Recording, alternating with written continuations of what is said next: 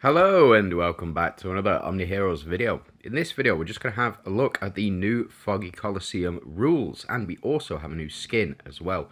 So we'll go through that in just a second, but first things first, what are the new rules? So if we have a look at Coliseum effects, both sides start with 5 times their normal HP, and the Holy Shield effect is invalid for both sides. So effectively, you are going to lose quite a bit of defense from your Deviant synergies and from certain relics like Banner, Blades of Chaos, like Plague Bow, but you will get, in return, massive amounts of health.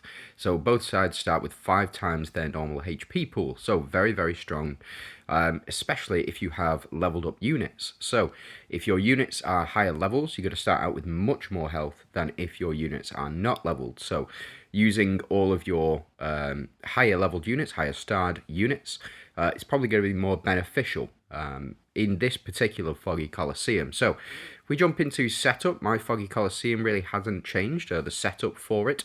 First things first, we're going through Valianters. So I've got 3 Valianters. I've got Hades, Pandora, and Elma. You can go ahead and use other you can go ahead and use other units, like, for example, this team right here. So you've got your 3 Monarchs on one team. However, there is no steal effect. There is no cheating of, stealing units, anything like that. So for me, going with Hades, Elma, and Pandora does seem to be the way forward. You have Elma, who will survive for long enough so that your team can do enough damage. You also have Hades, who is going to steal a unit as well, and that's once every 4 rounds, I believe. So effectively, by the end of the end of round 8, if you get that far with this team, Hades will have stolen 2 of the enemy team already.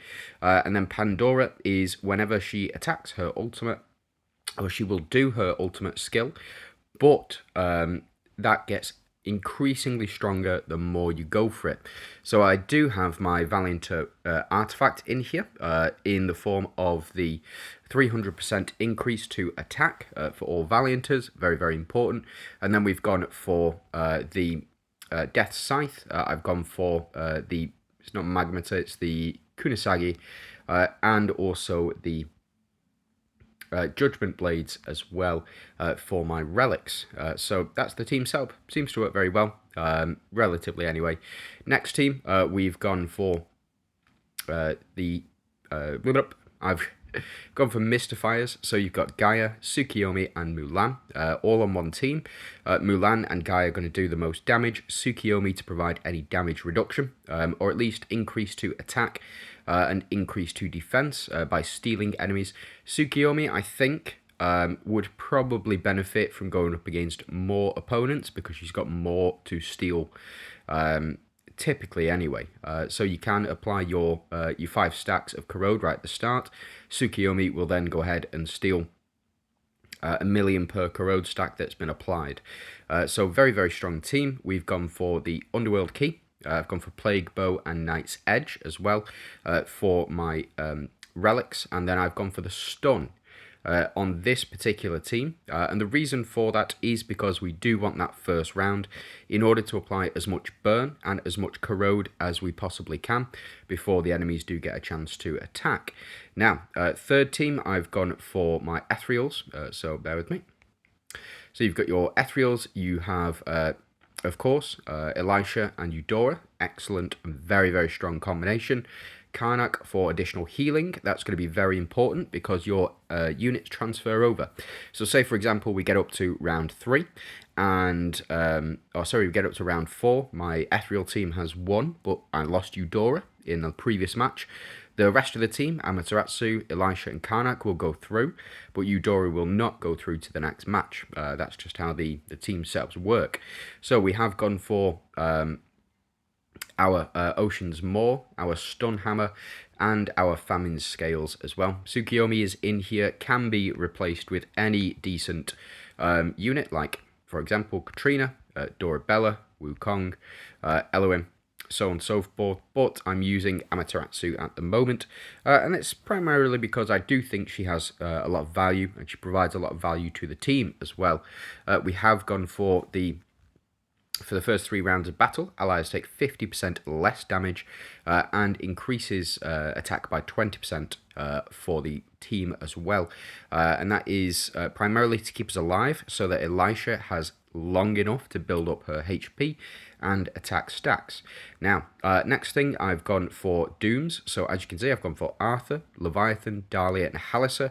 Only Halissa and Leviathan getting the most HP buff here, or Halissa's HP buff of 200%.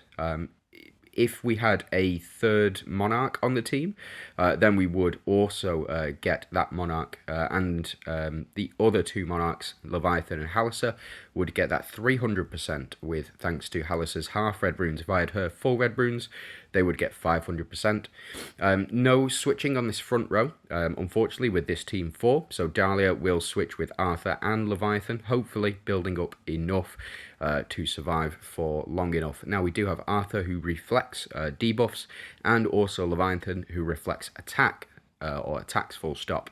We have gone for the 300% Doomsday artifact for increased attack, and we've gone for the second strongest relic in the game in the form of Lance. We've gone for Gord, and we've gone for Demon Bane Whip as well. Gord will copy the number of buffs that we have, and Demon Blade Whip will increase our HP quite drastically as well.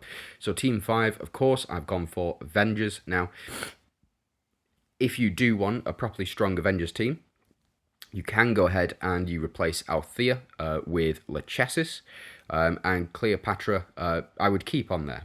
You can also go with Victoria on this team, or if not, then you replace, or you take out Cleopatra and you pop in Lachesis in this team. You pop her in this front slot, and it looks something like this. And the reason for that is because every time Lachesis dodges an attack, with the Grace of Shadows function, or the perk that you can get from it, Lachesis will debuff all of the enemy's buffs. She will remove all of the enemy's buffs, and she'll remove all of the debuffs from your team as well. Also works very well with Aphrodite. Aphrodite removes any debuffs from her when she does her ultimate as well. So it's just one of the teams that you can go for, but again, for me personally, I do think it's probably best to go with Cleo. Now, bear with me. So yeah, as I was saying, sorry about that. I've gone with Cleo for the additional Holy Shield protection as well. We have gone for the chest, we've gone for Sphere, and we've gone for the Umbra Torch as well as our our relics. And I've gone for the increased attack of Avengers by 300% for our artifact. Now, I've gone for a 3 Monarch Mistfires team with Lancelot for the increased corrode damage, and Catherine as well to steal as much enemy healing as we possibly can. We have 2 Deviants, 2 Celestials on the team. We have 3 Monarchs, 3 Sacrifices, 4 Royals, and 5 Mystifiers. I have gone for Crown. I've gone for the scissors, or whatever you want to call them, and also gone for Cauldron as well. The Cauldron really helps in reducing the amount of damage that we take over the course of rounds, I believe it's 3, 6, 9, 12, and 15 as well. Yeah, very, very strong team. Don't underestimate this team. It is very, very powerful, and a lot of sustainability in there as well, with the natural healing from the Mystifiers they present.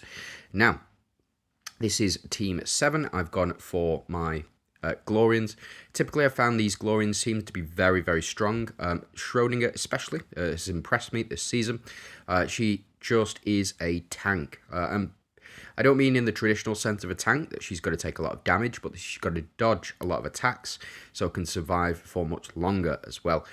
So I've gone for the banner. The reason that I've gone for banner specifically is because of this here. So not the 2 stacks of Holy Shield, but after casting the relic, all allies enter a Deity Slayer state, ignoring 50% of defense when they are attacking. So we just get through a lot more HP. Now I've gone for I've gone for Sylvan Shield, and I've gone for Hand of Tyr as my relics, just because of the additional shielding that Audrey provides, and as well, it's not technically Holy Shield, so it won't disappear effectively when an enemy takes action. Now, with regards to relics, I've just gone for the 300% increase attack for Glorians. So that is my team setup. That's what I'll be running throughout the course of the season. Let me know what you guys think about the new rules for Foggy. Do you enjoy the new rules for Foggy? Are you enjoying the content that they provide? Do you think it should go back to the way it was before? Let me know down below. I'd be very interested to hear. And thanks so much for watching. You have a fantastic day.